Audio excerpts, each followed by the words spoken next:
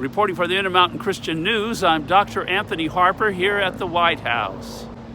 Press Secretary Karine Jean-Pierre and I had an interchange. I asked her, she is often in a hurry, but I asked her about, in light of the national security person being here, regarding about Russia's aggression. I was asking her about what Biden's response is to Russia threatening Israel. Israel has been threatened in many ways for their involvement to help Ukraine, and so the Israeli aircraft have been targeted from several reports for their bombing attacks in Syria. Russia is very upset about Israel bombing the Damascus Syrian airport, making it unusable. So we look forward to see what happens. It's very serious issues regarding the Middle East. Iran very likely either having the nuclear weapon or to be having it very soon. And with Biden's trip to Israel coming up, scheduled to be July 13th to Jerusalem and to be in Bethlehem, this makes a very precarious, very difficult situation in light of a lot of Israeli people. Israel government is in opposition to a two-state solution dividing Israel, which Biden supports. So this is curious about what is going to be happening also in light of the Israel government recently failing. According to several reports, the Israel government has failed. There will be new elections are scheduled to be in October. The interim prime minister is Yair Lapid.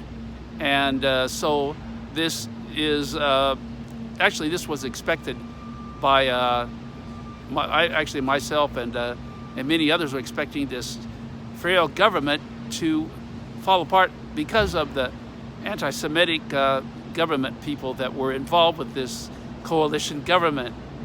So we wait to see what will happen, especially on Biden's trip to Israel and so much more. Of course, I'm here to bring up the crucial issue about abortion, about a child's right to life, rather than what has been promoted as a women's health care issue or right to privacy issue.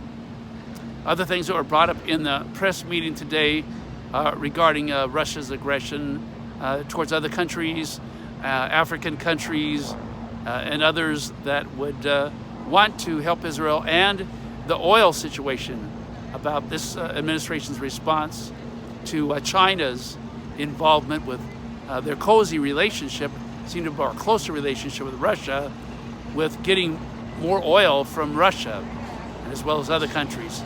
And we also have the issue of Israel wanting to offer natural gas from their Leviathan gas field to Europe, which is angering Russia as well.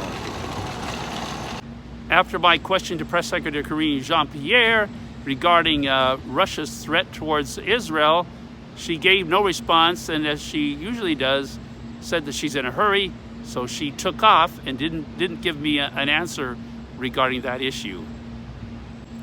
I raised my hand several times in the daily press briefing today with the press secretary, and she continues to refuse to call upon me. Hopefully that will change very soon. We read news every day. News that's informative, but rarely encouraging. The Intermountain Christian newspaper aims to change that.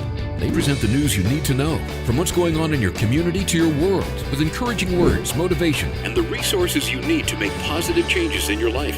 What is your local government doing that you need to know about? What's happening in your community you need to be a part of? Whether it's a story from your neighborhood, a national story, or an encouraging word, you'll find biblical issues of everyday life in the Intermountain Christian newspaper. Intermountain Christian News is produced and supported by the work and donations of individuals and churches.